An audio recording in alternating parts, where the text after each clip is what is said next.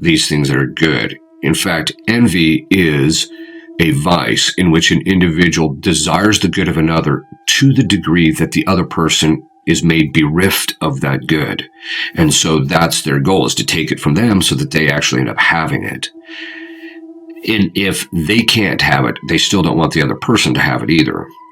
They also have no difficulty in using the suffering of others to benefit themselves when they have absolutely no compassion for people who suffer. Demons don't care about your suffering. They will even attack when you're suffering the most. In fact, that's usually when they're suffering, because they also know that when you're suffering the most is when you're the weakest.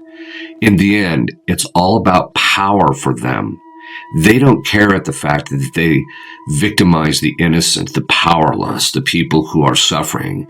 In fact, they look for those kind of people and prey on them because it empowers them. Because ultimately, they want to empower themselves against you or over you.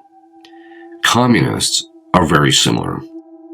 They have no problem making your life miserable or even intentionally causing people suffering.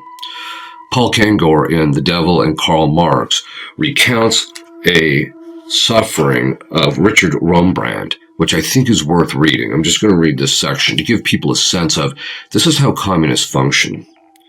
To that end, Marx and Satan is the unapologetic title of a decidedly politically incorrect look at the life of Karl Marx by the late Richard Rembrandt, who spent 14 years imprisoned behind the Iron Curtain for his opposition to atheistic communism.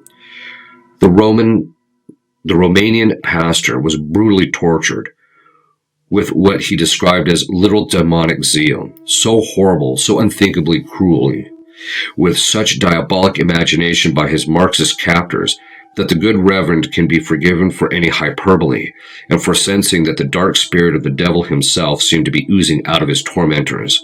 Quote, all the biblical descriptions of hell and the pains of Dante's Inferno are nothing in comparison with the tortures of communist prisons, unquote, stated Rembrandt in his international bestseller, Tortured for Christ.